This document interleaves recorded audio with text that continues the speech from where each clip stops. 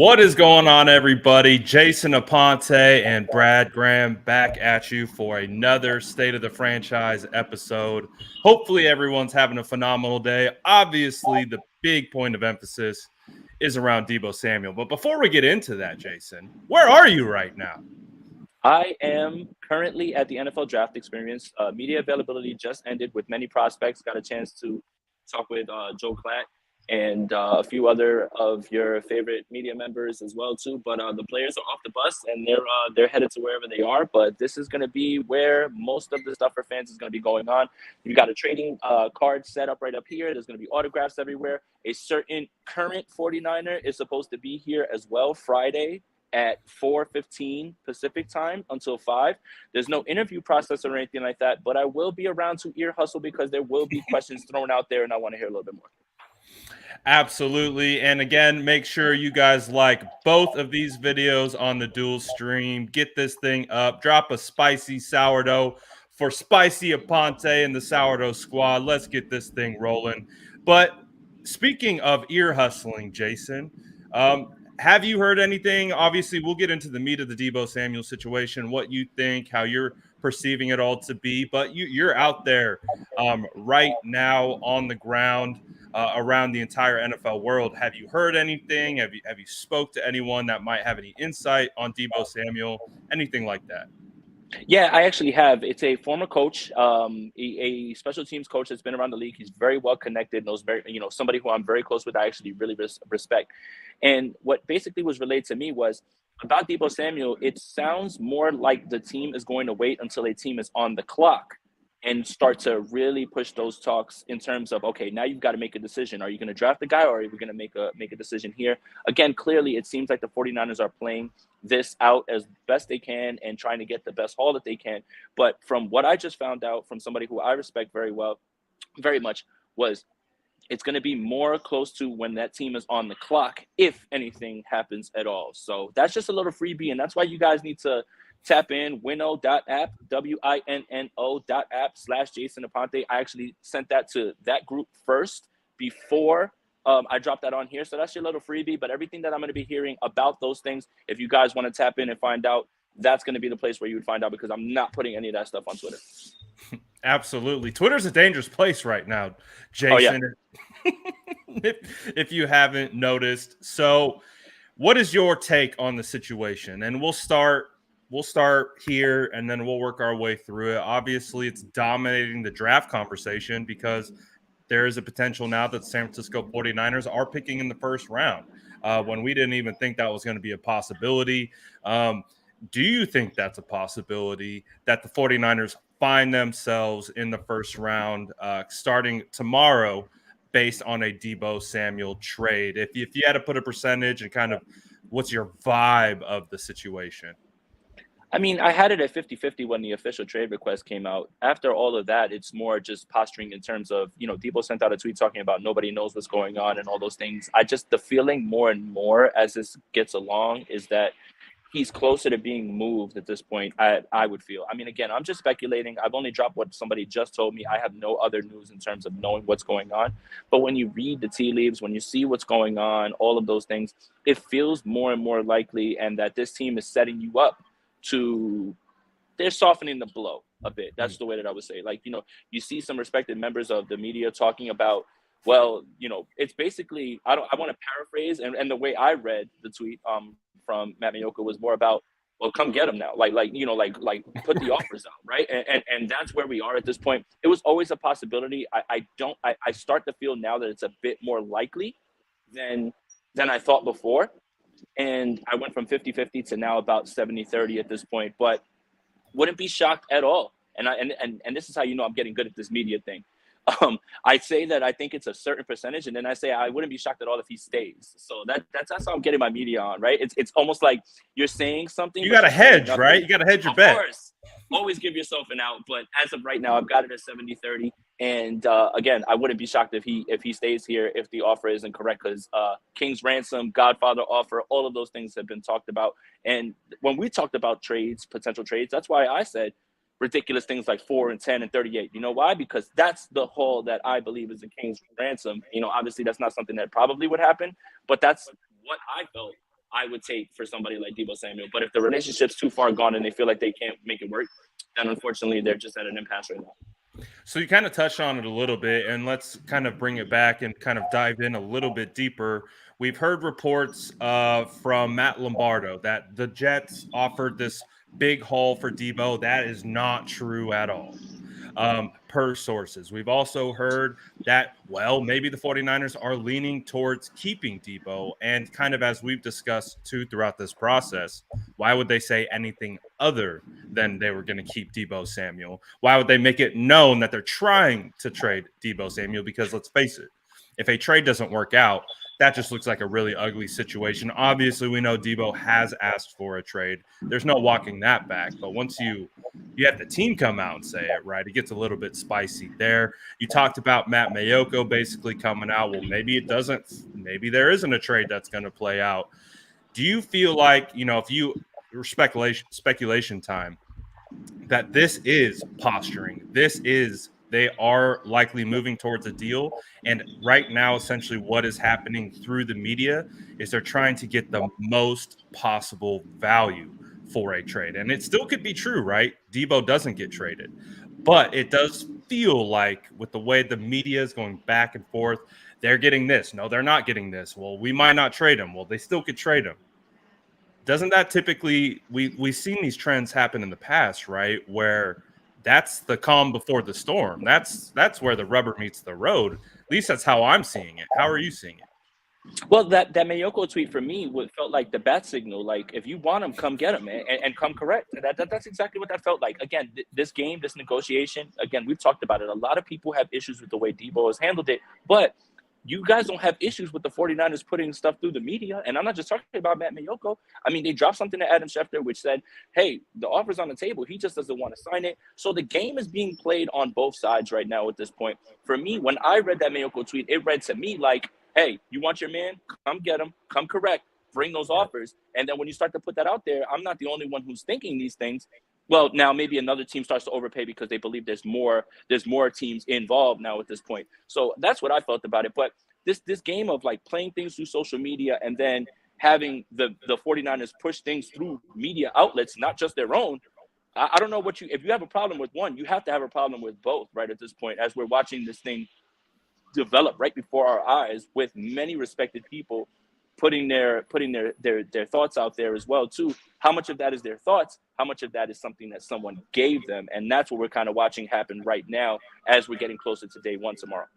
Absolutely. So if you had to let's play both sides of it, and let's start with a potential trade. What does that trade need to look like for you to be considered a win for the 49ers, a win for Deebo Samuel, and a win for the team who's trading for him? What's the destination? What's the haul look like? And what's the contract potentially look like if something were to go down? Because, right, all those three things have to be aligned in order for it to go through. Otherwise, the 49ers kind of hold the leverage and just say, you know what, we're not going to trade you. And then Deebo Samuel has nothing to do because it's either hold out and lose all your money or play and have to fight for a contract this year rather than getting the extension like you wanted. Right. And I think the obvious answer is the Jets. 10 is where you get started, 10 and 38, and they have the money to get it done. Obviously, Saleh and all of those guys that he knows over there, I think that they give him the money that he's asking for in that Tyreek Hill, Devontae Adams, Stephon Diggs bracket. They have the money to do it. It makes the most sense. But I want to throw out another team that I feel like if it doesn't work out here, and depending on who's on the board, which kind of lines up with what someone told me about the on the clock thing, the Baltimore Ravens at 14.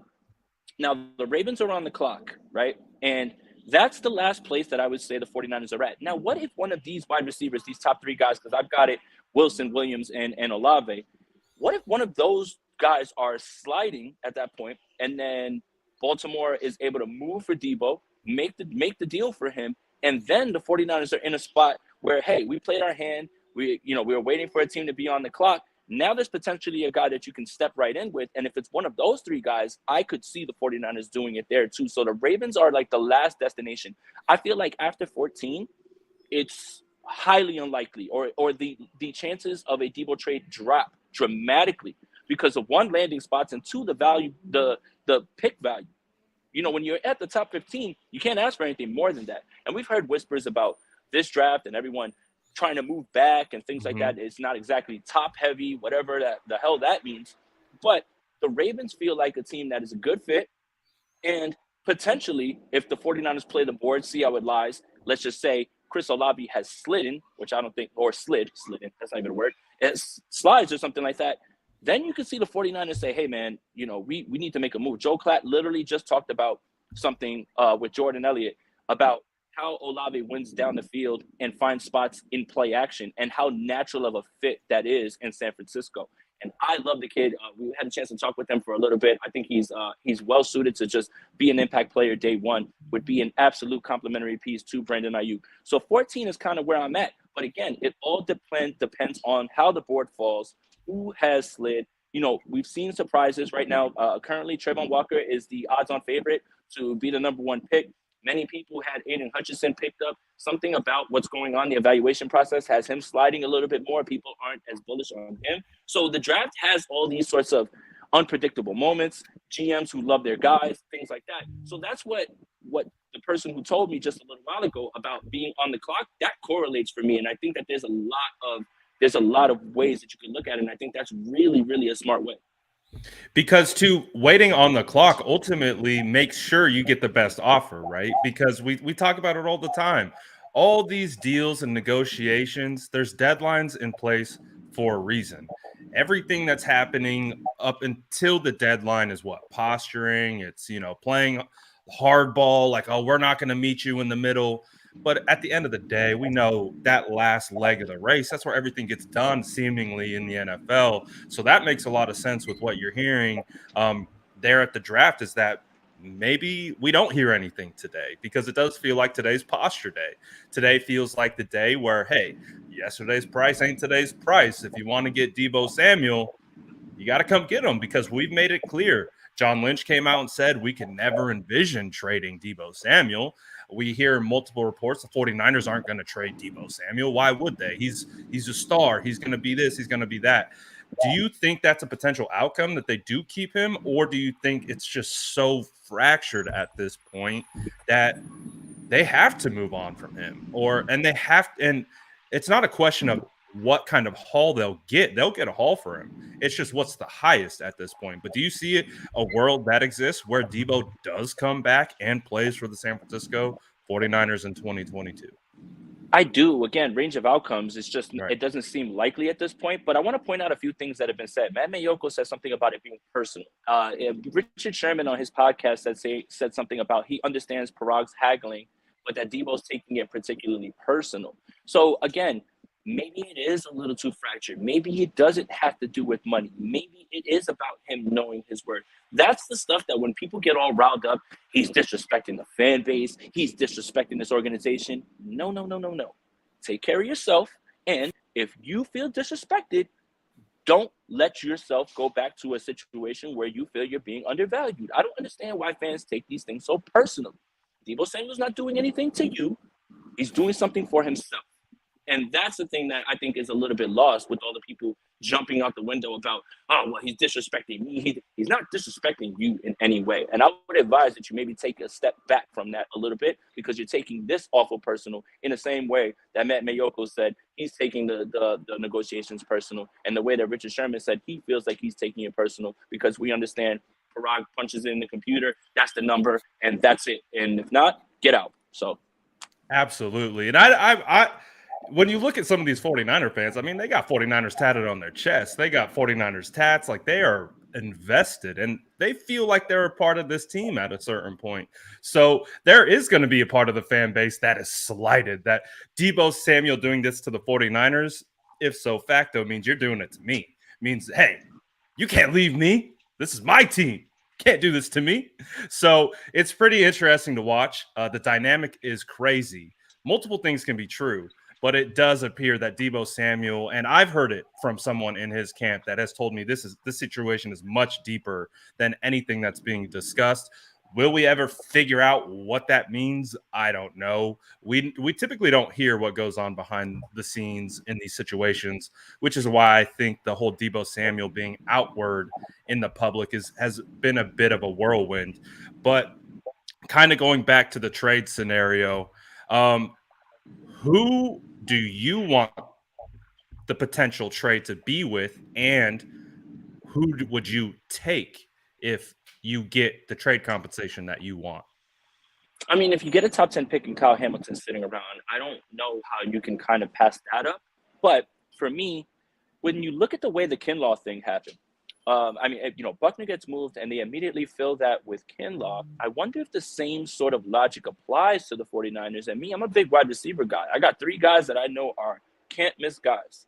That's it. And I've got a guy right there at number 4, Sky Moore, that I love, but he's not a can't miss like Mhm. Jameson Williams, like Garrett Wilson, like Chris Olave. It would be one of those three guys that I would be ecstatic to have on this roster. I understand the Jameson Williams thing comes with the ACL injury. There are so many advances in modern medicine and the way that the guys bounce back. That is less and less a concern for me. The guy is a speed demon, and who's gonna be able to pair that? Trey Lance. Now, we talked about Chris Olave and what Joe Klatt told us, and it was about how well he does in play action, finding space deep down the field, also behooves Trey Lance. So for me, those are the first three guys that I know for a fact can jump up and play day one, kind of change the dynamic of it. And Joe Klatt said these words out of himself when we talked about Traylon Burks. Said these words out of his mouth. Traylon Burks is operating in the same way that Deebo is, and he said these words. Let's be real, that's an extension of the run game. And a lot of people don't like when that's said because they feel like it's disrespecting Deebo, but that's true. It's very true that those throws there are essentially runs, and you're Mhm. getting the ball in the hands of your best ball carrier and Mhm. playmaker. So for me, it's one of those top three guys. The offense won't be run in the same exact way, and with those three guys or one of them, it definitely can't be run that way because they're such great route runners and they're going to cause so many matchup problems for everyone else. So for me, I don't know if the 49ers employ the same strategy of taking one out, at the position and then just going right back and filling that position, or maybe they have someone in their mind that is on the board. But again, a lot of that has to do with on the clock, how the board's falling, who's going to be there, and what the 49ers feel that they can get that would better this team. Me, I'm just a wide receiver guy. I would love to see one of those three in red and gold, but I don't know if the 49ers have that same sort of thought process, even though there is a precedent with the Javon Kinlaw, DeForest Buckner situation. Absolutely. I got a two-parter question coming for you because I'm in the same boat as you, Chris Olave Hive. Why seemingly does it feel like he's getting slandered left and right? And two, do you think there is a situation that exists where the 49ers galaxy brain this, potentially get the top 10 pick and then trade back? Do you think that is a potential to get more top 50, top 75 picks? I think so too. And we've heard a lot of chatter around here about how people want to move back and it's not exactly top heavy and nobody really wants to be around this top 10 because there's so many guys and so many value players that you can have in those first 2 days. So I could definitely see that happening with the trade back. And with Olave and Williams, it's the injury thing. Everybody's just freaking out over an ACL injury. It's not like, any players ever bounce back from an ACL injury. He's 20 Right. something years old. I think he's going to be fine. And with Olave and Wilson, I think it's height and their build. Everybody's talking about how skinny Chris Olave is and things like that. I mean, that doesn't bother me at all. I mean, guys win in different ways. You see There's Justin guys that are Jefferson, is he a super thick-bodied wide yeah, receiver? I don't think and so. and then there's guys who are huge and that's exactly what you want. They can't separate and things like that. Right. Again, different guys win in different ways. I don't want to hear about their build. If they can win and they can do it at the next level, it doesn't matter to me. Maybe you have concerns about long-term longevity, but then you go right back to the same things that people are saying about Deebo Samuel, and it's like you might have those concerns with every single player, no matter their build. The biggest guys could be injured all the time. The smallest guys might play 10, 12 years and never miss a game. It's just Yep. how the game works. So I think that people are starting to overthink things now at this Mhm. point, and everybody's trying to be smarter than the next guy, and everybody's trying to push back and look and say, well, remember when I said this? Look at how Right. smart I am. That's exactly where we are before day one. I feel you on that one. It's you can either play or you can't. Like let's face it, it's that simple. I think a lot of people get real wrapped up in certain ancillary things that really don't matter at the end of the day. But it is interesting to see how that goes. Love that we're both on the same page with Olave. I would love that pick. I think that would be a phenomenal replacement if we had to go that route. But, maybe to deviate a little bit from a little bit of Deebo Samuel talk, I'm sure we'll come back to it somehow, one way, shape, or another. 61 is still there.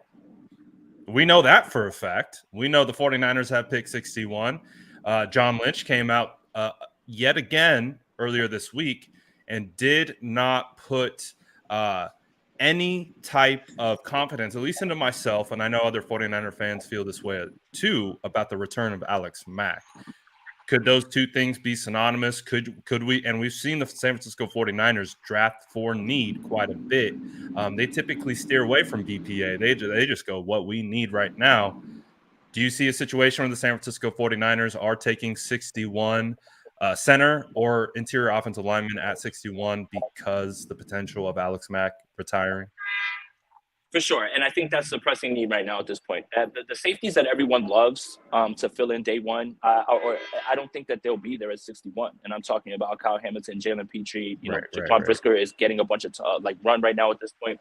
And I think that it's such a stark change from what we heard John Lynch say at the combine. He was literally asked about Alex Mack, and he said, "Yeah, we think he's going to come back." Literally heard nothing, and then that quote was directly. It made me feel like it's not a chance that he's actually going to come back at this point. I mean, it's already April, and this kind of feels like a Joe Staley telling the 49ers, "I'm retiring," and then they can, make their move for Trent Williams behind the scenes. So maybe Alex Mack is doing them a favor. I would put it that it's highly unlikely he comes back. And you're right. The 49ers do absolutely draft for need. It might be Cole Strange season. There's a bunch of other guys. And I would love that just, again, for namesake and things like that. So, yeah, I could totally see it. If the 49ers don't move Deebo Samuel, then that feels that either one, they're dug in and they're just going to they won the staring contest for now, or they feel that they can repair it and they feel like they have a good grasp on how to repair it and they won't have to address that again. So then that would put them in firmly right there on the inside interior line, offensive line. I'm sorry. So we've done a really good job, Jason, and it might be a good time to incorporate a certain player back into the conversations because we've been kind of pushing it off. His face says it all. He knows it's coming. His face says it all. He knows it's coming. I listened to an interview today on 95.7 The Game. Shout out Bonte and Shasky on the morning roast. They had Michael Lombardi. I didn't know this, but he was in the room with the Patriots organization in the front office when they drafted number 10, right? Jimmy Garoppolo. He said today that he believes that Jimmy Garoppolo and his contract is tying up a lot of things behind the scenes, more so than it's being led on. Do you think that Jimmy still being here is having he even specifically said that he thought it had a direct correlation with Deebo Samuel and his deal and stuff like that? Do you think Jimmy Garoppolo's situation is causing a lot of issues behind the scene regarding money that's tied up and things like that? And do we potentially see Jimmy get traded during the draft, or is this a wait and see type of thing regarding Jimmy Garoppolo? So the money's an issue, but I would like to propose this. What if the 49ers came to Deebo Samuel and said, "Hey, listen, we'd love to start talking, but kind of got this guy that we got to deal with in terms of the money right here. So you might have to wait." And then you're Deebo Samuel and you're like, "Well, why do I have to wait? And why should I wait?" But again, it's less about the money because the cap hit won't affect this year for Deebo Samuel. When you do the extension, his cap hit is going to relatively be low. So it's not necessarily the money, but the situation has probably put the 49ers in a position where they say, "Hey, Deebo, we'll get to you, man. We still got to deal with this a little bit." And for him, why would you want to say, "Hey, yeah, yeah, I'll sit around and wait"? No. He wants his money now, and I don't blame him. So I do think there is some truth to that because there has been rumblings about that from people that I really trust that have been saying that, hey, John Lynch probably came to them. They came to Deebo and said, "Hey, here's the starting offer." Probably didn't like that. And also, we can't really talk about this until we get Jimmy Garoppolo off this roster as well, too. So I definitely think there's some truth to that for sure. Yeah, absolutely. So it's going to be interesting. Do you think he gets moved, or do you think they have to wait and see until he can actually throw the football before you can trade for a player who can't pass physical right now? I don't know. I don't think he does at this point. I just don't see the world. I mean, right now there's a lot of rumblings about the Panthers trying to move out of 6. And again, it seems like almost everybody in the top 10 is gun shy to stay in the top 10 for some reason, Right. which we'll either look back on and say, what the hell were they thinking? Or this is why they get paid more money than we do to make these decisions. But for me, where's the destination? Carolina has talked about, well, maybe, and they're not saying anything. They're like, maybe, and we might draft the quarterback, or we have our guy, and it's like all conflicting things. And again, smoke chasers are looking at all of those lines and trying to figure out where exactly is the line that says that there's still a chance that Jimmy Garoppolo could be there. And then you have this report that comes out that says Carolina doesn't view Jimmy Garoppolo as much of a massive upgrade over Sam Darnold, which he is an upgrade. Let's 100% be clear. Jimmy Garoppolo is better than Sam Darnold, and I'm not here to argue that with anyone. That's an objective fact. He is better than Sam Darnold. But I think that part that you really need to focus on is that Carolina doesn't view him as such an upgrade that they're willing to keep both of them or possibly make a move for draft capital. So I would say no at this point, but I would love to be wrong on this one. I promise you I'd love to be wrong. I think we would all love to be wrong because I think I hold the same sentiment as you. It does kind of feel like we're still in a waiting period with Jimmy, and it's going to be that for a while now. So we're going to find out what happens. And don't forget, foot the bill. I'll foot the bill all right for you. I'm going to take it and kick it out of here. That's footing the bill. Come on. I love it, dude. Keith Murphy says Deebo seems like the type of person who looked at the initial offer and was so insulted he told his agent, F him, hang up. How do you feel about Keith's that? onto it. Yeah, Keith's onto it, man. I mean, they obviously didn't come correct. And again, we have a track record of this. Fred Warner didn't talk about this because Fred is Fred, and that's how he moves. He's not going to operate in that way. But we found out later on with George Kittle's negotiation that the first offer by his agent, these are his words, St. Valentine's Day Massacre.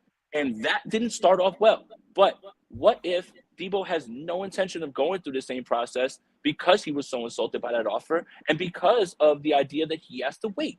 And I understand everybody knows that as we get closer to training camp, that's usually when extensions are done, especially when guys have to be on the field, mandatory mini camp, things like that, because now the CBA will get you fined and fined and fined. There's nothing you can do about it. But I think Keith is spot on right here. And I think that kind of lines up with a lot of the things that I've heard from people. So this is my gut, and this is no information or nothing behind it. This is just kind of my gut of how I see it happening. I see Deebo Samuel, and we know Deebo. I think Deebo Samuel is handling his contract negotiation just like he plays on the football field. He's going to run through your face. Like that's just, he only has one speed. That's one of the things that I've tracked with Deebo since before he was a 49er. He is who he is, and he operates that way. And you can absolutely respect that.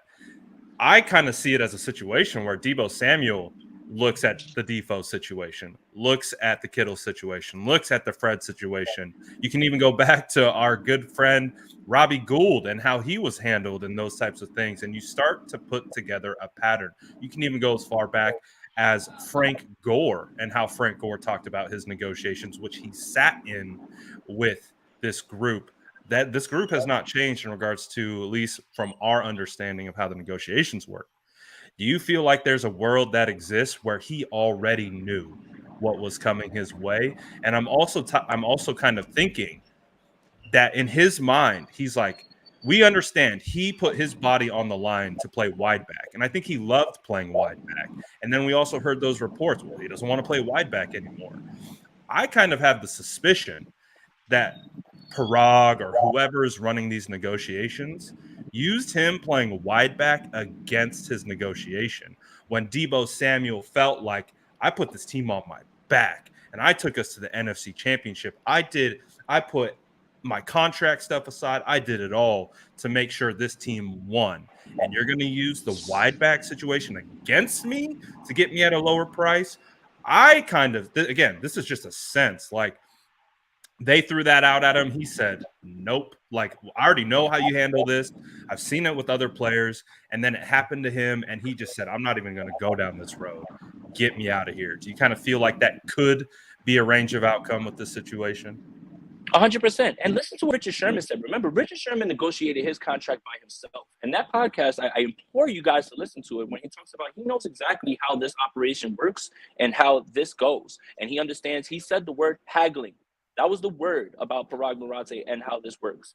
So yes, first of all, you don't show up with wide receiver top money, right? Off the bat. So let's Right. just say that the offer comes in at $19 million. You're already insulted by that. But I Right. think Deebo had in his mind, you got to have me in that 20 to 25 range. And I need a little bit of extra money too because of how you use me and how I'm putting my body on the line. So when you put into the factor of when we talked about how he's being used and what we think is going on and why he's upset, I think him being used in that way. Here's another thing I'll point out. And this is somebody who I really, really trust that told me this. Deebo Samuel was on his way to shattering records, receiving yards. Okay. Yeah. And then all of a sudden they start to take back the targets and use the running game.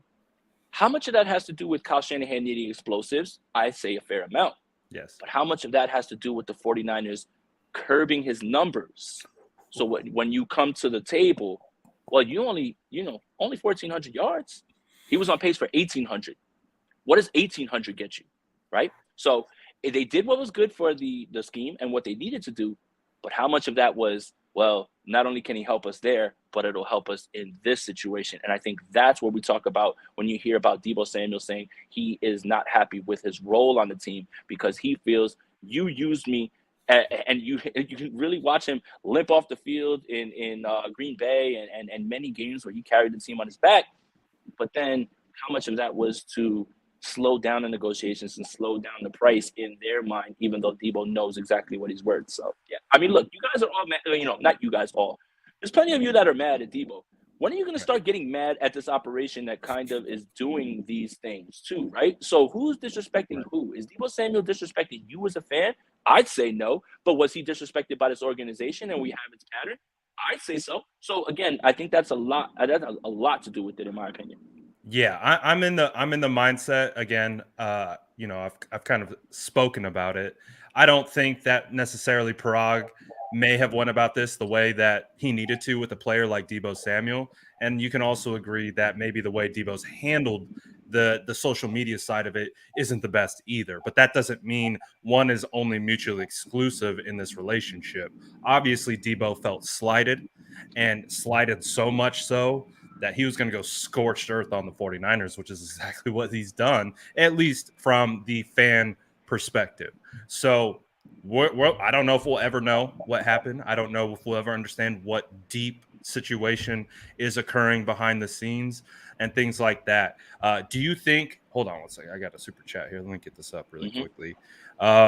Get better drunky. I like it. I love it. He says, offer Deebo 5 years, $150 million deal, $80 million guaranteed. Only stipulation: Deebo has to fire his agent while John and Kyle watch. Man, Get Better Drunky's playing hardball here. Yeah, seriously.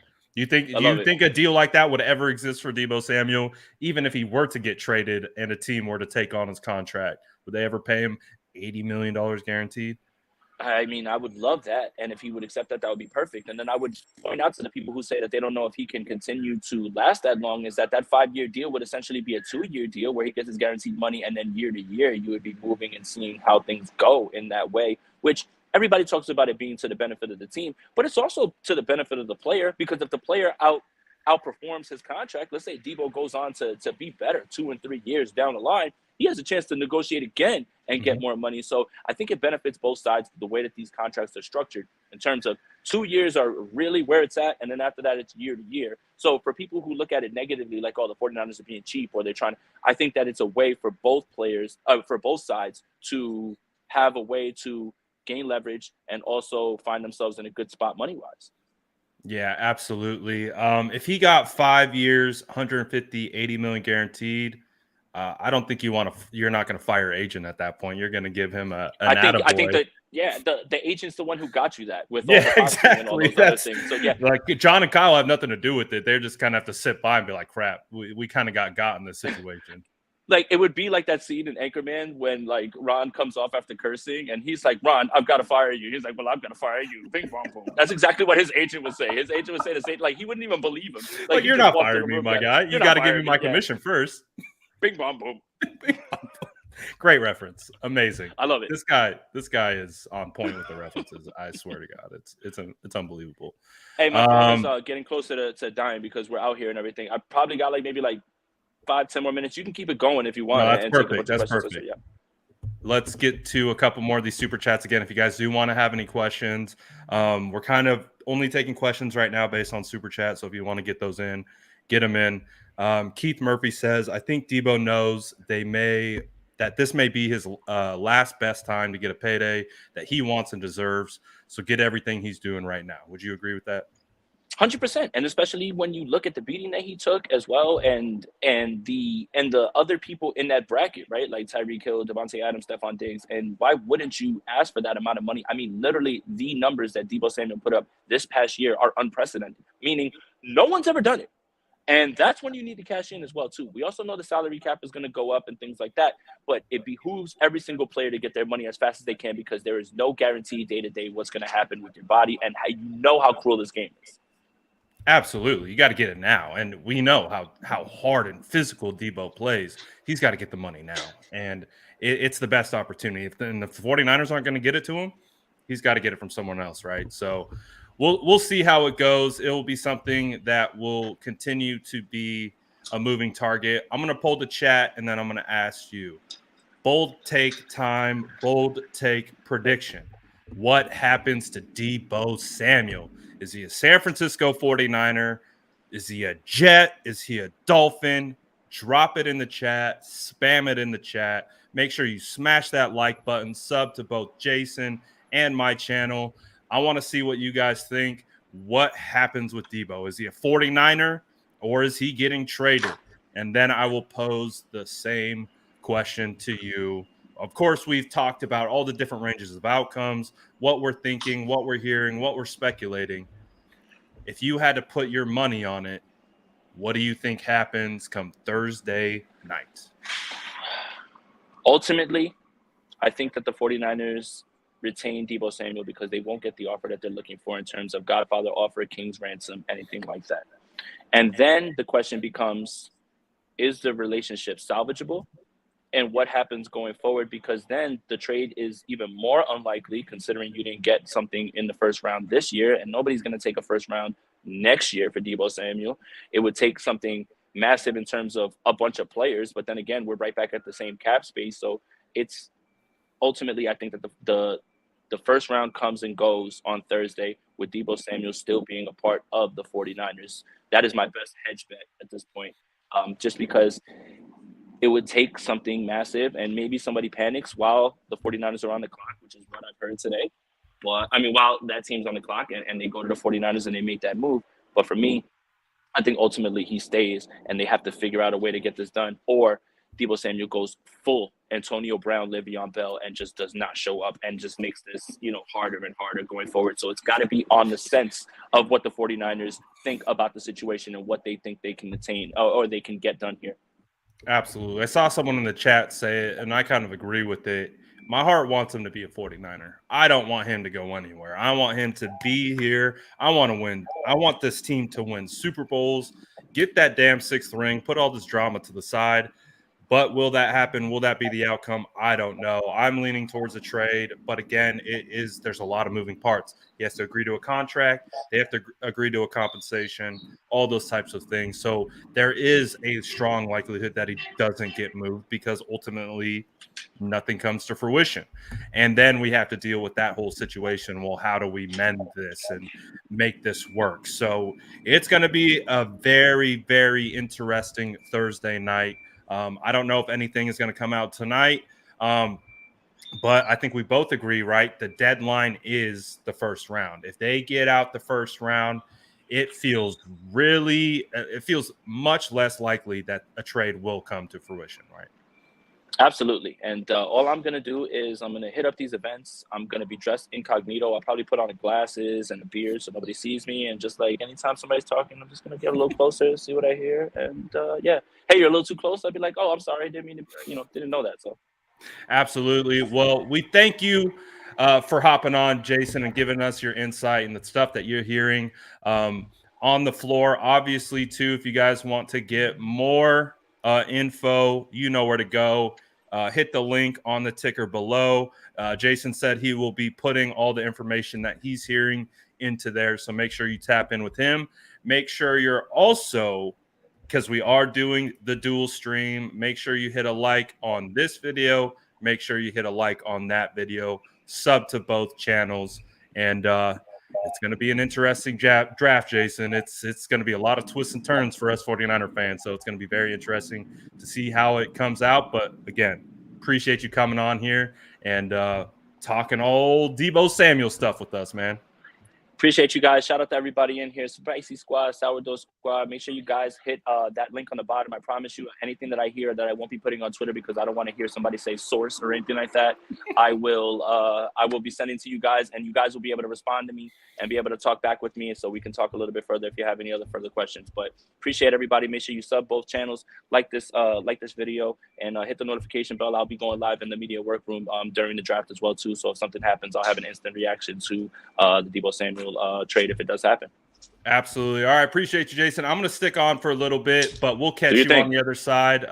Maybe we'll talk after the draft, during the draft. We'll figure it out, but lots of Look at this guy. Hey, let's go. Let's go. Look at the guy. This man is working. This man is working. I saw him over there. He's talking to people off the record about certain things, man. Listen, man, you got to stop playing with Jordan Elliott, man. Stonks through the roof. And the not stonks thing that just happened, Melvin Gordon, I can't believe my Javonte Williams is never going to be unleashed. This is truly the worst day of my life, I promise you. R.I.P. Javonte Williams usage. No. But that's a conversation for another day. Appreciate you guys. Say what's up to Jordan for me. Keep killing it out there on the draft floor, man. All right. Peace. All right, man. Shout out to Ponte for coming on. Always fun. Let me see. I think I'm on Aponte's channel, so I'm gonna bring his down.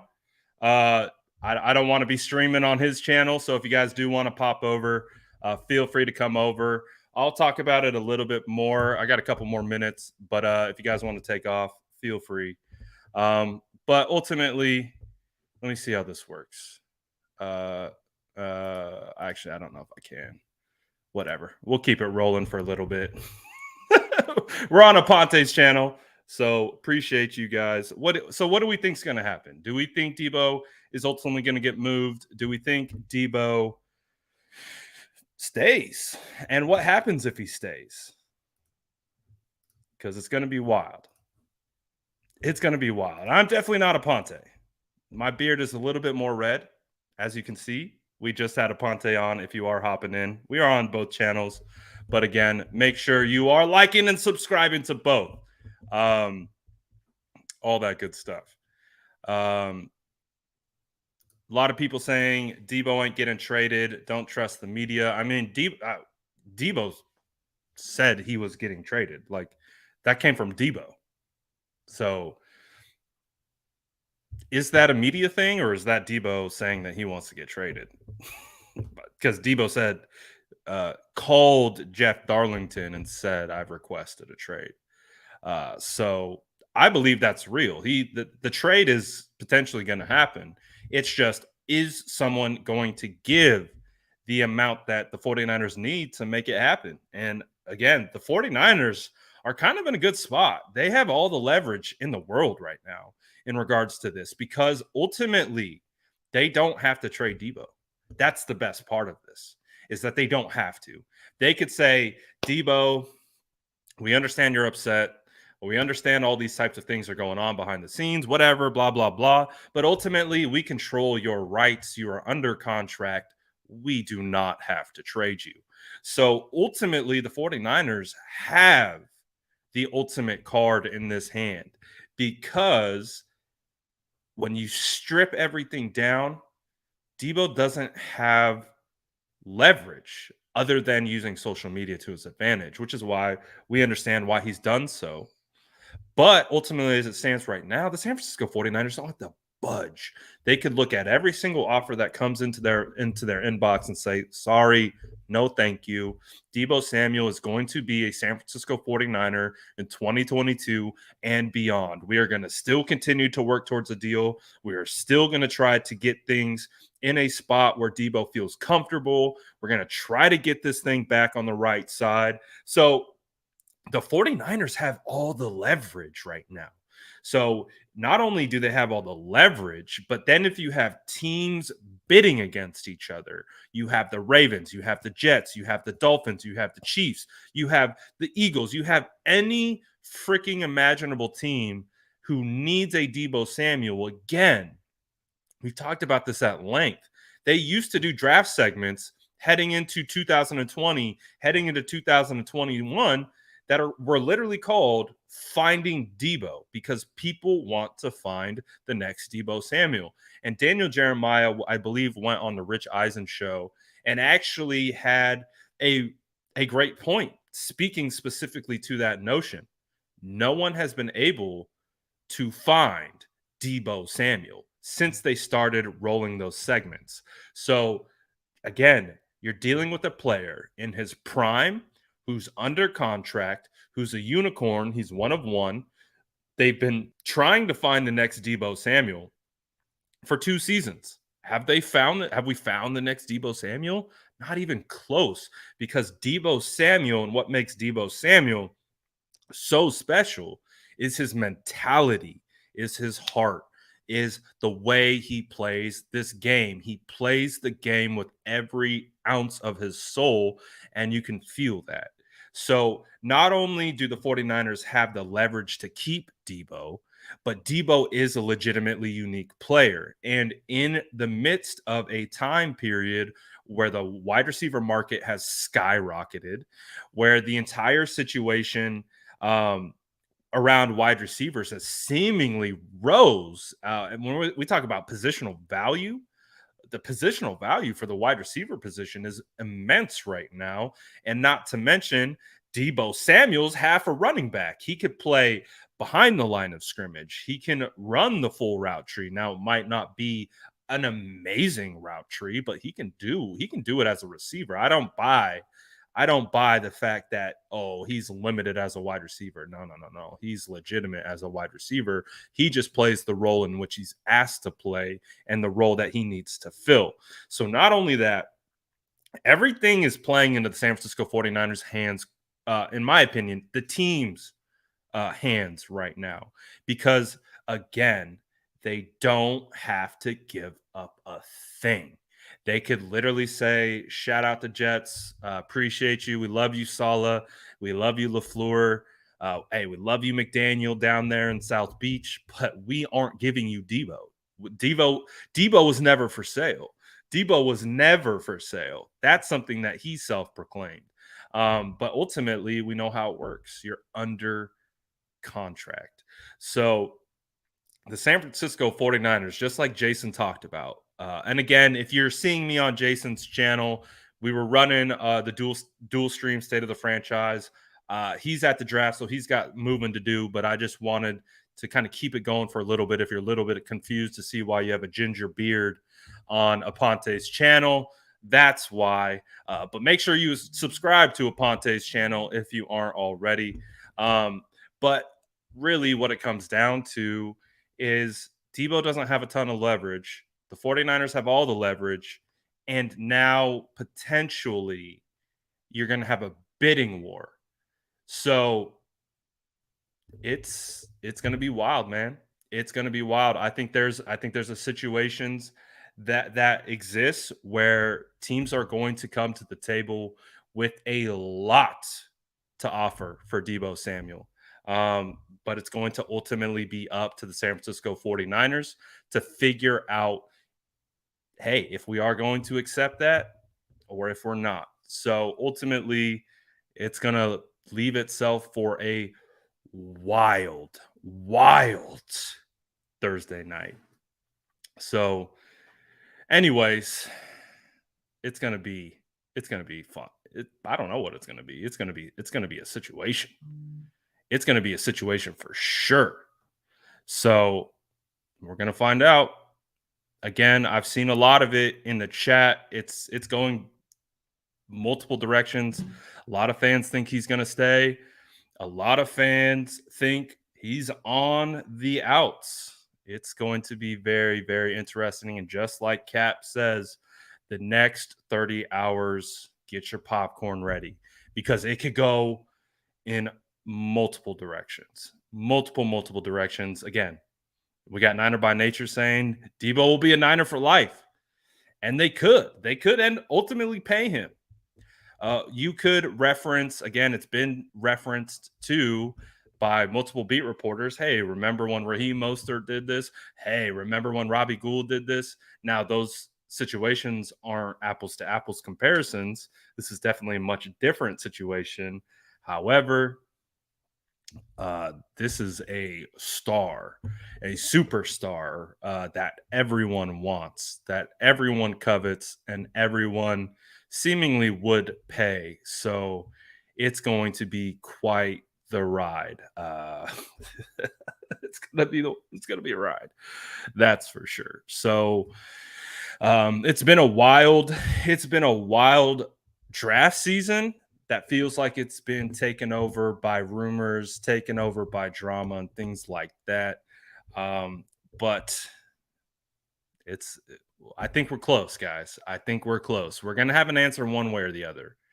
Because again, you can drop it in the chat. You can let me know if the 49ers make it through the draft without Deebo Samuel getting traded, is he ultimately going to get traded? Because are the San Francisco 49ers going to take less of a haul for future picks? Again, you could take a Jaguars future first. But what happens if that first, which you think right now is going to be a number one overall, you send Deebo over there, all of a sudden Deebo Samuel and the Jaguars organization flip things around with Christian Kirk on that team as well, run by Trent Baalke, and they run the table and they make the playoffs. All of a sudden, that trade that you just made for those future picks are much less in value. So I don't know. I don't know if you think that he would get traded for futures. I don't think he would personally get traded for futures. So it's going to be super, super interesting to see.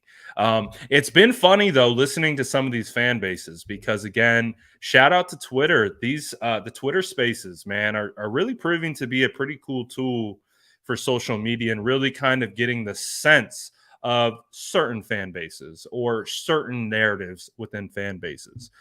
When you talk to Jets fans or you land in a Jets space by these content creators that run these spaces on Twitter, they're going to give you their sense, their pulse of the team, and what they think the pulse of the fan base is.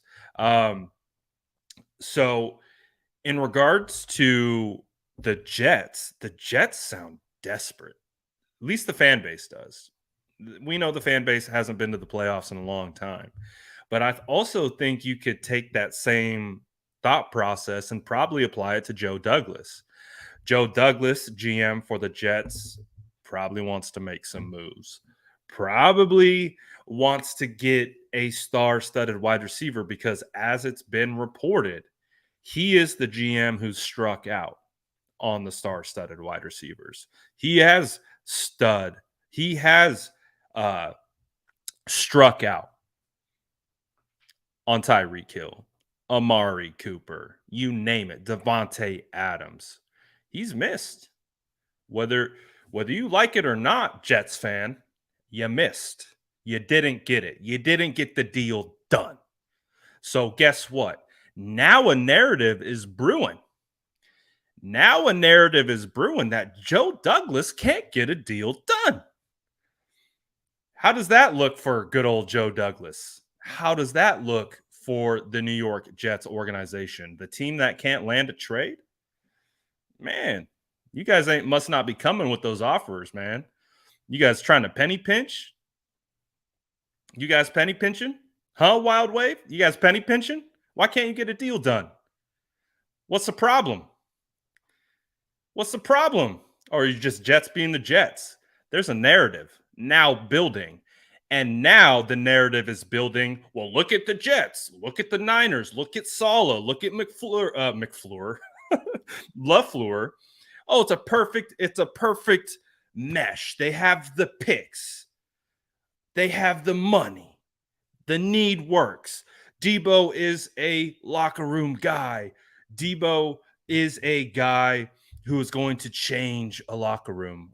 And guess what? The Jets need a culture because they don't have one. Is Zach Wilson your culture? No. So, hey, don't let McFleur. We're gonna call him McFleur from the rest of from the rest of the show. McFleur don't want to be shopping off that dollar menu anymore.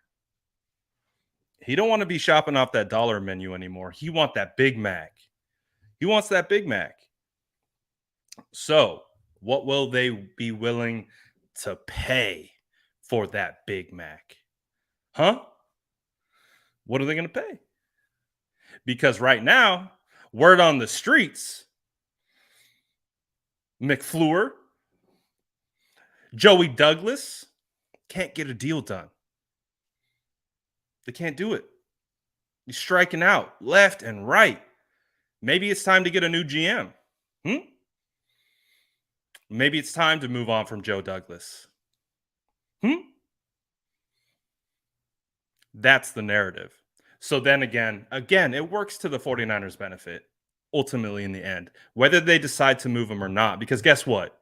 If the Jets don't get Deebo, think of this from a Jets fan perspective. Think of this from a Jets narrative perspective. All right. Let's say Deebo does get traded, right? Let's say Deebo gets traded. But let's say he gets traded to a division opponent of the Jets.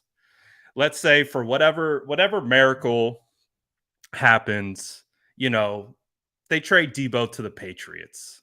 They have a great relationship. The 49ers front office, the Patriots front office, John Lynch played for Belichick. Kyle's like a son to Belichick in a sense. Like, let's say Deebo, I don't think it's going to happen, but let's say Deebo goes to your division. Imagine the noise that's coming at Joe Douglas. You couldn't get a deal done, and you let him go to a division opponent. RIP Jets fan. I'm just saying. It's a range of outcome, right? So before my Jets fans in here get all hot and bothered about their situation, I think it's important for them to take a look in the mirror and remember, y'all are desperate. Y'all are desperate. We're not.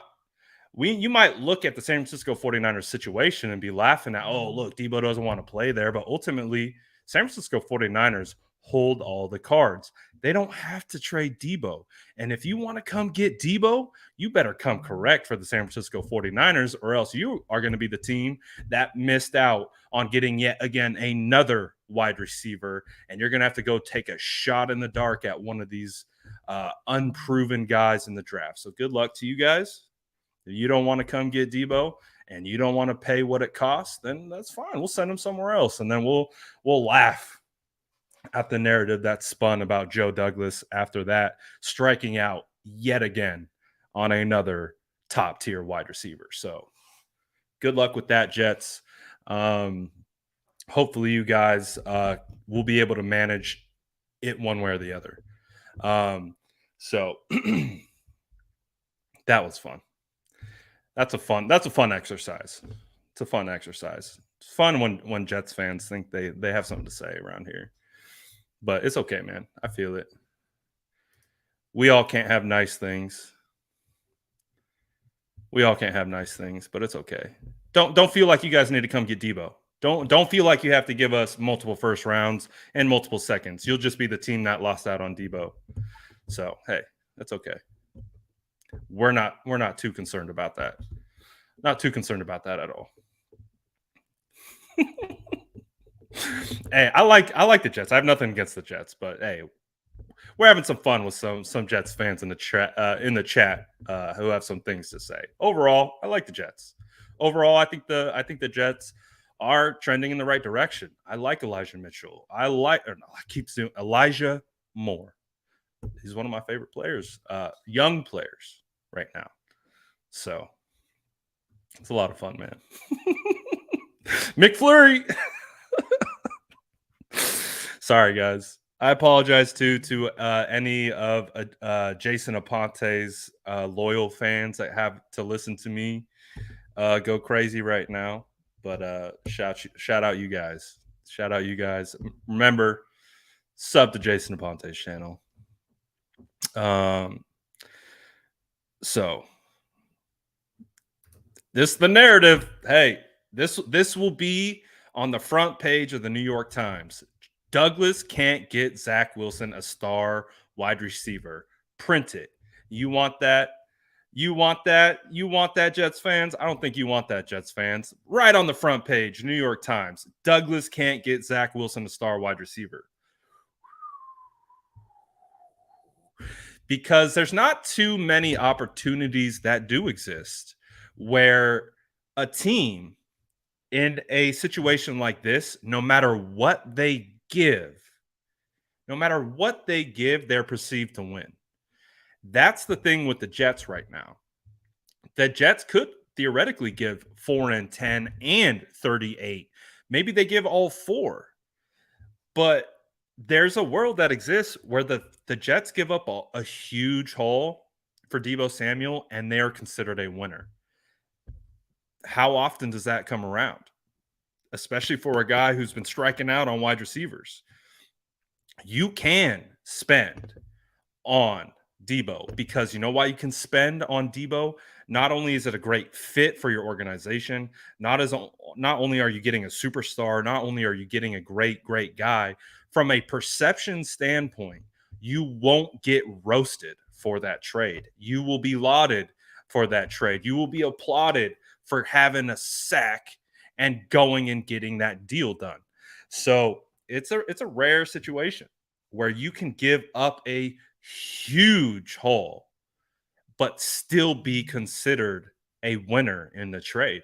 You don't come across those trades very often. Again, what do we always talk about? Who won the trade? One team's getting roasted. Someone got raked over the coals. Again, in this situation, the 49ers are going to come out on top no matter what. They're either going to have Deebo or they're going to have a King's ransom. That's it. The Jets, on the other hand, they are going to look like losers if they can't pull this off. And Deebo gets traded to another team. So that's my Jets rant. Sorry. I had to go there. Really quick. But today's going to be a wild day. Tomorrow's going to be a wild day. Obviously, tons of posturing in the media right now by every team. All these reports, all this stuff, this player's going up, this player's going down. It's going to be constant here throughout the next couple hours. It is going to be wild. We got him. Ladies and gentlemen, we got him. Welcome to 49ers land. You can partake if you like, but let's remember to keep it respectful. And if you're not, we're gonna get you. Just kidding. Love you guys.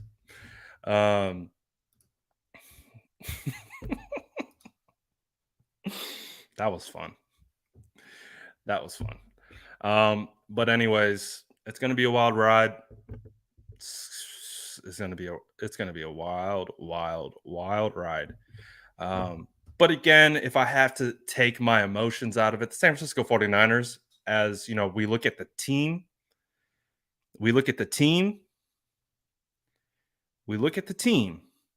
They are sitting in a really good spot.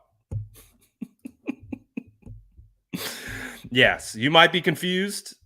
Why I'm on Aponte's channel right now. We did our state of the franchise. He's at the draft. Remember, if you do, I'm going to plug Aponte. He's not even here. If you want to hear what Aponte's hearing on the floor, you know what the vibe is. You tap in right here on Aponte. He's dropping all the nuggets that he's hearing at the draft. But we did do our state of the franchise episode. He had to take off, and if I think if I bring his stream down, I think it deletes it off his page. I don't know for a fact, but I don't want to risk it. I don't want to delete potentially um, the stream from his page. So I'm not going to write it out too long. But I did have some more things that I wanted to talk about. So if you're seeing this ginger beard instead of spicy aponte, that's why. So I'm hoping that the Jets come correct. I'm hoping that the Jets have a situation where they come get Deebo. Because if they come get Deebo, then I think the 49ers are walking away with an absolute haul. They're walking away with at least one top 10 pick, potentially both second round picks, maybe a player like Elijah Moore. I don't know. It's going to be very interesting. I just wouldn't want to be the GM to struck out on yet again another wide receiver. It's very interesting, too, because you had Zach Wilson today. Zach Wilson, Jets quarterback, franchise, right? Come out today and talk about his GM missing on wide receivers. We had Wilson come out today and talk about how his GM missed on Tyreek Hill. It is literally known. It is literally known when your franchise quarterback is talking about players that you didn't get that aren't on your team. That's not a good sign that you are headed in the right direction. So if I'm a Jets fan and I like Joe Douglas and I want to keep Joe Douglas around and maybe not risk imploding the franchise, because if you get another GM in there, they don't give two craps about the quarterback that you took at 3 years before they showed up. They don't care. So I'm just saying, man, you want to get Deebo, because if you don't, oh my goodness, those headlines are going to be wild in New York. And they're going to come after Joe Douglas. I swear to you, it's going to happen. Because again, this is one of those rare deals where you can give the world to the 49ers and you will still be considered a winner because you got a unicorn, you got a proven player, you got a one-of-one Deebo Samuel. For the Jets, it's a rare spot to where you can't really lose this trade, because you look at the fit, you look at the opportunity, the money that you have, you look at Joe Douglas striking out time after time after time. This feels like the last shot for Dougie. So hopefully he gets it done. NY Niner says, just want Jimmy gone. I don't give a F about Deebo at this point. Andres says, if Deebo does get traded, what are the chances the 49ers sign Julio Jones or OBJ? I would say if he gets traded, the chances of that happening go up exponentially. Do I think it's going to happen? Do I know what's going to happen? No, not necessarily. I think Julio Jones would have a better chance of landing on the 49ers than OBJ, just because OBJ has been hurt. He's coming off the ACL. I like the experience that Shanahan has with Julio Jones. You're probably getting Julio for cheap, even though you're probably getting OBJ for cheap.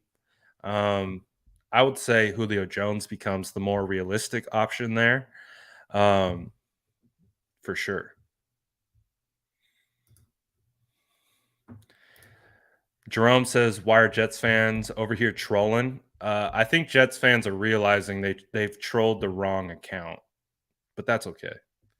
We're here for all. Like, again, as long as you're not being disrespectful, we'll let it ride. But clearly, Clearly, whichever Jets fans came in here realized that they started to try to troll the wrong Ginger because, unfortunately, I know a lot about your team. I know a lot about the Jets' shortcomings and where they're lacking and why they're so desperate. So they came at the wrong one. It's okay. We will forgive them. We will give them a pass. We will give them a pass, particularly at this time. But it's okay. It's okay. We thrive off of it. We thrive. So if you guys have any other questions, get them in. We'll do a quick. We'll get some questions answered. If not, we'll get ready to shut this thing down. So if you do have any questions, feel like it. Ooh, I like this one. The Jets ain't fleecing a sweater. Ooh, I might have to borrow that one. That's a good one. Jets ain't fleecing a sweater. I like that one. That's a good one. That's a good one. I like that. I like it. Shout out Jets fans, man. Alex said, "Are there even Jets fans?" I think so. I think we'll see. We'll see, man. Oh, wait, isn't Miami in the same division of the Jets? Aren't they in the same division? Right? I think so. I think so. So imagine you lose Tyreek Hill. This is a Jets perspective. Imagine being the Jets and you lose Tyreek Hill to an in division opponent. Again, your quarterback talked about it today.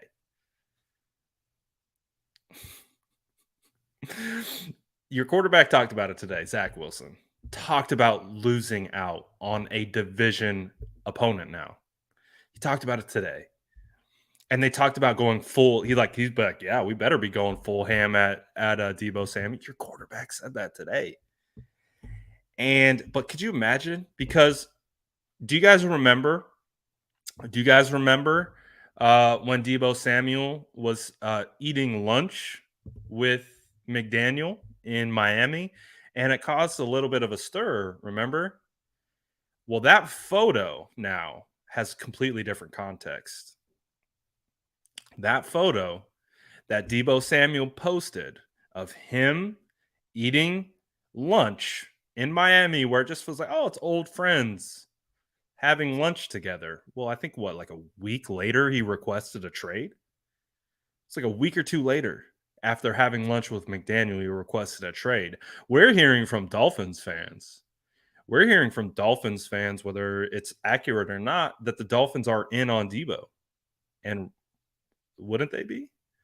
So could you imagine being a Jets fan and you lose out Tyreek and Deebo? Oh, RIP Jets fans, man. We'll be thinking about you. We'll be thinking about you because if you lose, if the Miami Dolphins somehow swoop in and they get Tyreek and Deebo, prayers up to you, Jets fan, because it's going to be a long year for you. They might fire Dougie on the spot. They're like, man, you lost two. You lost out on two wide receivers, two to the same team in division. Jets. Oh gosh, the Jets fans would be wild. What if the 49ers got Waddle back? What if the 49ers got Waddle back? Do you think they do that? Maybe. Maybe not. Mark V says, Deebo, have fun getting the same blocks as you did with Kittle on the O-line, which is facts. I agree with that. He's not going to get the same blocking, but hey, he could also be used as a wide receiver a little bit more. He says, good riddance. He ain't no Jerry. P.S. Love your channel. Well, thanks, Mark. I appreciate that. Appreciate the super chats. Let me see. Trying to catch up here.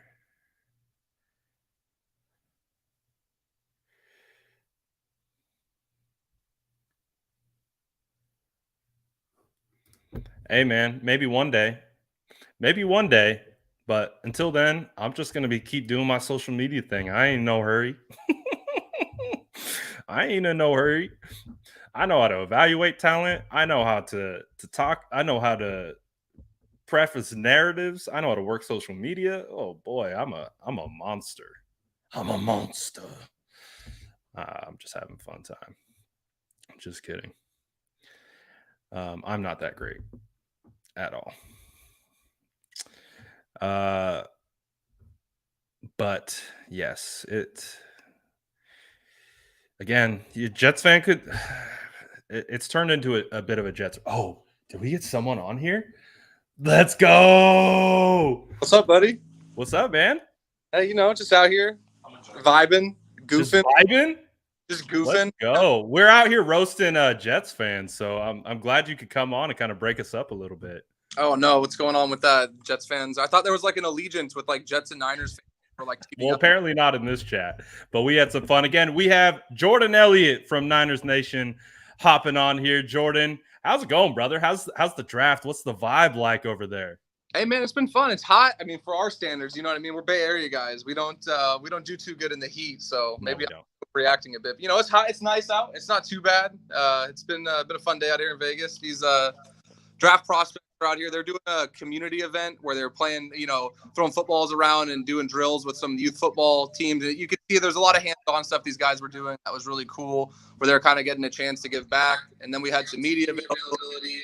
I had this superstar next to me this whole day. It's kind of hard to walk around with a man that's A-lister at 6'5" and not get noticed. So, it's been a fun time, man.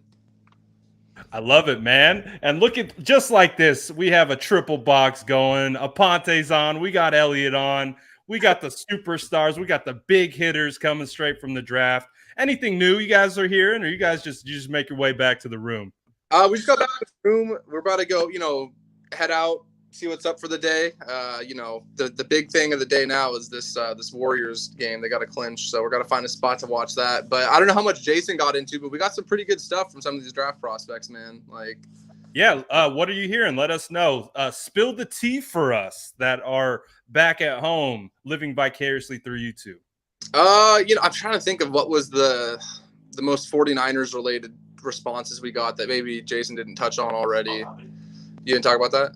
Okay, so I talked to Joel Klatt. For any of you guys who watch college football, Joel Klatt does color commentary for Fox Sports, does a ton of college games, college analyst for them. And I asked him who he thought the best fit would be for the 49ers if they were to trade Deebo and take a receiver. And, he said, Drake London's probably in the mix. He liked Garrett Wilson. But the name that he threw out that he went extensively in depth talking about, and I'm going to post a clip on my Twitter shortly with his response, was Chris Olave.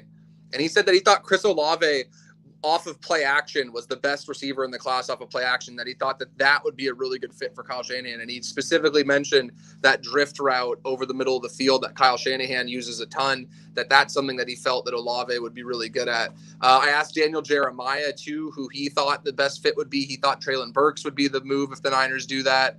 I'm trying to think if there's anybody else I asked that specific question to. I'll be honest with you. The best interview that I had probably, or the one that I was most impressed with, was Garrett Wilson. That dude just seems destined for greatness. Like his tape speaks for itself. Just all around, like that to me, if the 49ers ultimately do move off from Deebo and they take a receiver, to me, like Garrett Wilson is the home run pick. I talked to Joel Klatt a little bit about that. He doesn't think Wilson's going to last till 10. So he thinks he's his wide receiver one. He has him up there. But so yeah, that's the big one. The other thing I would say, I'll let Jason get on, and I don't want to be the only one talking, was Jameson Williams was dripped out, man. This guy showed up. He had the big piece. He had the diamond watch on the wrist. He showed out, and I asked him if he felt like he's as explosive as he's ever been, and what he's feeling like personally with his rehab. He said he's running again. He feels great, and he believes he's wide receiver one. So, there was a lot. It was a lot of fun. I was kind of trying to focus on these receivers because we don't know what's going on with Deebo, man. It's a little up in the air from what we're hearing around here. It is up in the air, and Jason and I were talking about it a little bit earlier about how, and I know you already know this, Jordan, it's Olave hype. Like that's back to the Justin Field days. And it's funny too, because Joe Klatt was someone who, of course, does a ton of Ohio State games and calls their games and has all that experience. So it does feel like, right, if let's say the San Francisco 49ers do move off Deebo, they get the 10th overall pick. Maybe Garrett Wilson's there, but Olave could be a guy. Maybe a trade down a couple picks to get Olave. I think we're all on the same boat with the Ohio State squad, it sounds like. What do you say, Jason? Yeah, that's a good way of looking at it. And yeah, I mean, there's been a lot of good buzz around those guys. Jermaine Johnson was somebody else who Jordan got a really good quote from, and I'll let him talk a little bit more about it, about his favorite team and his favorite player, because he was the one who actually asked. So I mean, and the other thing that was pretty cool was we're leaving. We're asking, hey, where can we go? And this nice young lady named Tiffany says, well, I can drive you guys over there. You guys are media. And we got in the golf cart and she drove us right over. So that was like already the coolest thing that's happened. But yeah, we're ready to have some fun now for a little bit, as there's no more media availability today with any players or anything like that. Absolutely. So I asked this to Jason earlier, Jordan. What's your current take on the Deebo Samuel situation? Are we going to get to the draft and we're going to get through it and Deebo's going to be a 49er and we're going to work this out and we're going to sing Kumbaya and we're going to go play towards that 6th ring? Or are you starting to feel like there is a potential possibility that he gets moved either today or tomorrow? It's tough, man, because I've flip-flopped my feelings on this, and I haven't really taken a hardline stance because it's changing so much day to day. It feels like the 49ers are reluctant to move him unless they're getting a package, which they're just frankly not going to get. We've seen what the market is for a receiver, and even if Deebo exceeds that, like that 10th pick alone would be unprecedented for a receiver. You don't see those moves made with that kind of value. I think it's going to happen, dude. I just think it's at the point where this is kind of,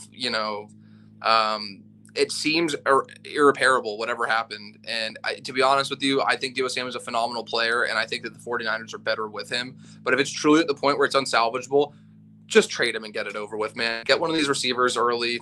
There's a lot of talent there. And again, I'm not saying they could just step in and take Deebo Samuel. I'm not saying the Niners would be better off without Deebo Samuel. But if it's as unsalvageable as it appears to be right now, just rip the Band-Aid off and get it over with. That's just kind of where I'm at with it now. Absolutely. I mean, it does feel like that. At a certain point, you don't want to hold a disgruntled employee or a disgruntled player. If it has really gone to that point where it's not going to work out, you kind of have to do what you want to do. Are you okay with trading, kind of like, thinking back to the DeForest Buckner situation, right? When they traded Defoe and they turned around and they took Javon Kinlaw. Are you okay with them taking a wide receiver with whichever pick they're able to obtain if they trade Deebo and taking it on a wide receiver, which would appear to be in the 1st round? So it depends, right? Like if they take so I love Chris Olave. It'd be really hard to take him at 10. I'll be honest with you. Like Garrett Wilson, I could do it. I agree with that. I love Olave, but if you could trade back 5-6 spots and take Olave in like the teens or like the early 20s, yeah, I would do that. I don't think they have to take a receiver, no. So, like, I'll segue this into an interesting tidbit I got from Jermaine Johnson. Like, Jermaine Johnson's an edge guy who's getting a ton of hype. A ton of people think he's going to be a top 10 pick, really talented player. I was talking to him, and I was asking him, like, hey, like, who'd you grow up watching? Like, what team was, your favorite team growing up? And he said he wasn't a team guy. He was a player guy, and he loved watching Cam Newton and Colin Kaepernick. And he said that he was a big Colin Kaepernick guy before he got the starting job in San Francisco. So he was a big 49ers guy throughout those years. So of course I had to ask him, hey, like, what would you think about playing on the same defensive line as Eric Armstead and Nick Bosa, working with Chris Kosaric? And he smiles and he goes, man, I usually don't feel bad for people. I'm not that kind of guy. I would feel bad for opposing offensive lines if that were to happen. And he had this big old grin on his face. So, hey, if the 49ers fall in love with a player like Jermaine Johnson, I would argue there's more value if the pick pans out in getting a bona fide edge rusher to pair with Nick Bosa than there is with a receiver. And you could always find one in the later rounds. You're not going to find a difference maker at edge. The odds of you finding a difference maker at the edge position in the later rounds are slim. You can do it. It's very hard. It's much easier to do it with the receiver. So, if a guy like Jermaine Johnson's there at 10 and you can make that move and the Niners like him, I would have no issues with that at all. I don't think it has to be your wide receiver. That's a spicy nugget. I like that. Jermaine Johnson has been flying up boards. I know Daniel Jeremiah has him in high regard. And if he's already a 49er fan, you know he would love to come over here and wreck shop with Bosa. And I kind of agree with you. You know, maybe Garrett Wilson or could be a potential target. Jameson Williams, obviously dealing with the injury and stuff like that. There are a lot of wide receivers in this class. You can make an argument. You could maybe go Khalil Shakir. You could go David Bell. We're big David Bell guys, maybe at 61, maybe at 93. There are ways you can kick that positional value back, right? Because let's face it, we're probably not going to be finding the next Deebo Samuel in this draft. But if you take a approach where we could grab a couple guys and slot them into specific roles.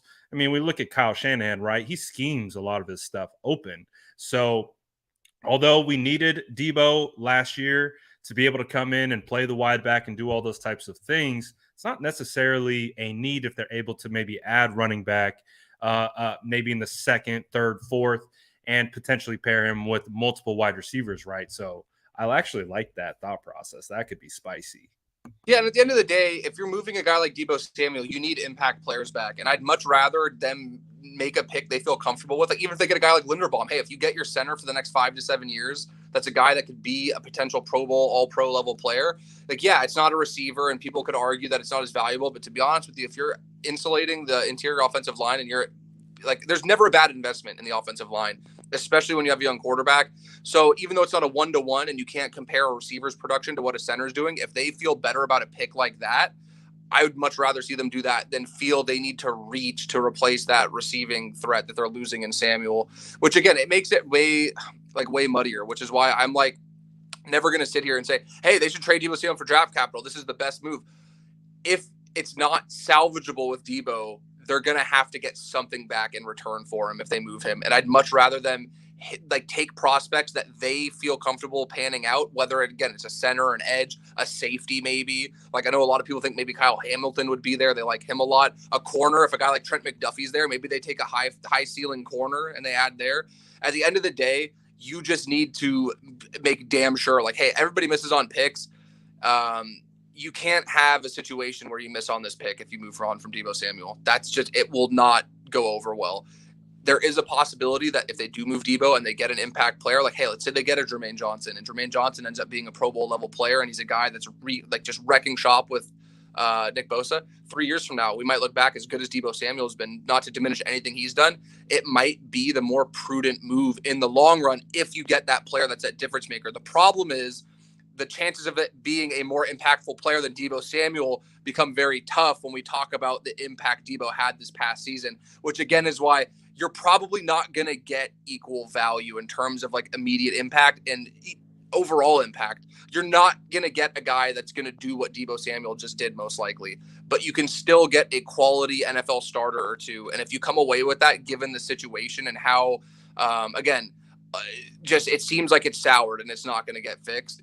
You need to, what's that saying? Like, you need to make lemonade out of lemons at this point, right? And getting 2 quality starters is a much better return than reaching really high. Maybe you get a really good receiver, but they end up busting out and then you're left with nothing. You know what I mean? So I would just, what I'm trying to say is basically I would take a more conservative approach with those picks earlier in the first round.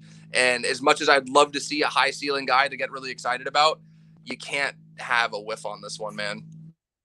That's a great point. I mean, there's a lot of pressure, right? Because clearly, if Deebo Samuel does get moved, there is going to be a certain portion of the fan base and or media who could potentially put the crosshairs on the 49ers for how do you mess up the situation or what have you. But you kind of touched on it a little bit, and we haven't really talked about it.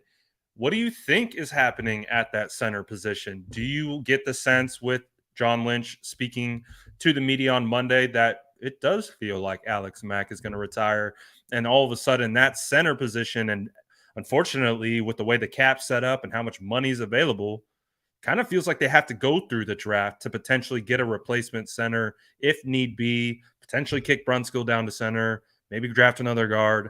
Does that interior offensive line just skyrocket? We already talked about offensive linemen being a big need, but if it is true that Alex Mack is retiring, that changes a lot of stuff, right?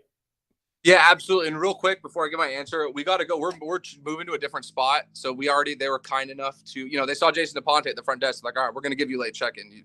It wasn't even a second thought. We're trying not to, use up the Aponte card too much. So I unfortunately do have to go. We got to go and make sure we're doing that stuff promptly. But really quick before I go, thank you for having me on. And if there's any more we can do while we're here, I'm more than happy to. But yes, I think Alex Mack is gone. I think he's retired. I think he's had a great career. I think it's time for him to start focusing on family and the other things he's doing outside of football. And I think he's made that kind of clear.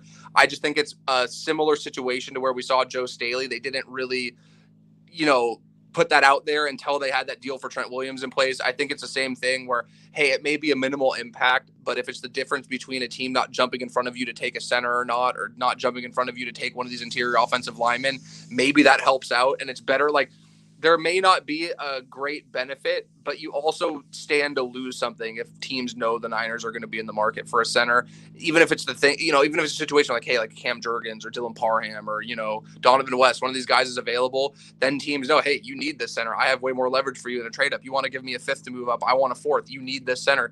Little things like that may not be like a huge deal, but at this point, like, it just makes sense to kind of play it close to the vest. But yeah, I think he's gone. I think he's retired. And I think, the 49ers knew what they were getting into when they signed a 36-year-old center. And this is, basically what was coming either this year or next year. So I don't think it blindsided them in the slightest. I think this is something that they were prepared for and they have a plan for.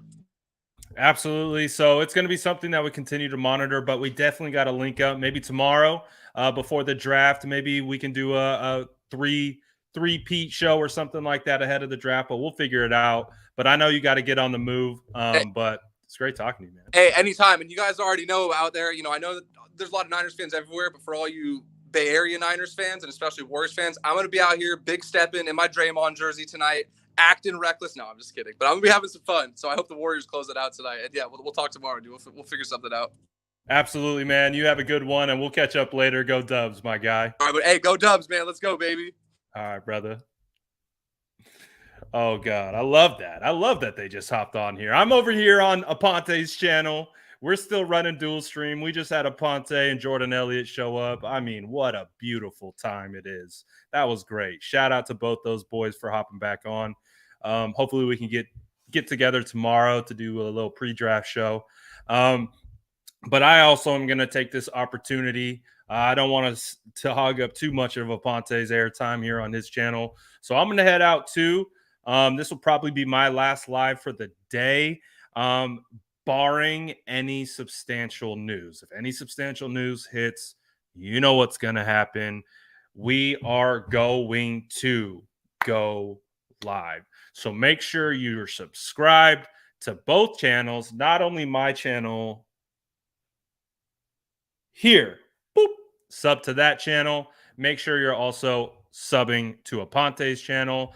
I have detail wanting me to check my DMs. Again, this is probably the best way to get a hold of me to check my DMs is literally bombard me in the chat and or just meet me face to face. You guys know I'm terrible at checking DMs, but I will check your DMs in detail after this. But yes, I'm out of here. Again, keep that bell on because if anything breaks, anything goes, we are hopping on right away to talk about it. We're gonna find out. This is going to be an intense 24, 36, whatever it's gonna be. These next chunk of hours is going to be insane for the San Francisco 49ers, one way or the other. I believe we're going to have clarity. I believe we're going to know what's going to happen. I believe we're going to know if Deebo is staying or Deebo is going. We're going to know that at the end of the first night of the NFL draft. I believe we're going to know that. So at least we're inching towards a little bit closer towards clarity. But until then, you're going to see no one's the 49ers aren't trading Deebo. This team's trying to get Deebo. Oh, well, they're not offering that. Well, Deebo doesn't, we're going to hear all the stuff. We are going to hear, oh, Justin saying he sent me DM months ago. I don't check IG DMs. I'm gonna keep it a buck. I don't check IG DMs. You got to catch me at the right time on IG. My IG DMs are disgusting. It is what it is. So if you get a response from me, you're lucky at this point, and I apologize if I don't. It's a trait that I have that I'm trying to work on. We're trying to get better at it. Corey says, I don't think it's happening during the draft today or tomorrow afternoon at the least. Well, Jason Aponte came on, said that he heard from someone on site that the 49ers, it's in their best interest to wait until like the clock is rolling to get the best potential offer, being able to get the most available with the clock rolling down. So, hey, we're going to find out. It's going to be a wild one. But again, shout out to everyone who tapped in today. We know these are wild times, and we're gonna figure this out.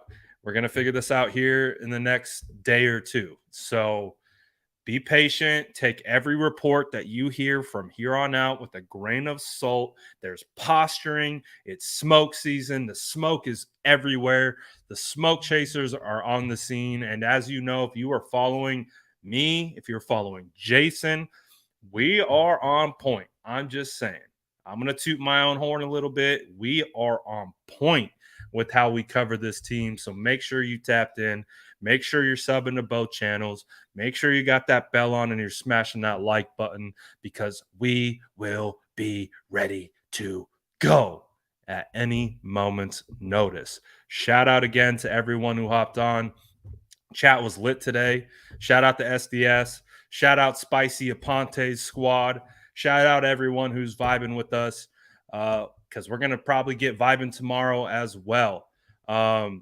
Gotta love it. My inside source is Brad and Jason. I'm just saying, man, when you realize and you make your way around, you focus on a couple people, man, you'll start to see where the truth lies. I'm just messing with you. I appreciate everyone. As always, I'll see you guys again. For now, Deebo Samuel's a San Francisco 49er. We'll see if he's a San Francisco 49er the next time we pop on. Shout out Wild Wave. you had us having some fun here. But hey, hopefully Dougie gets it done. I'm praying for you. Appreciate everyone. We're out of here.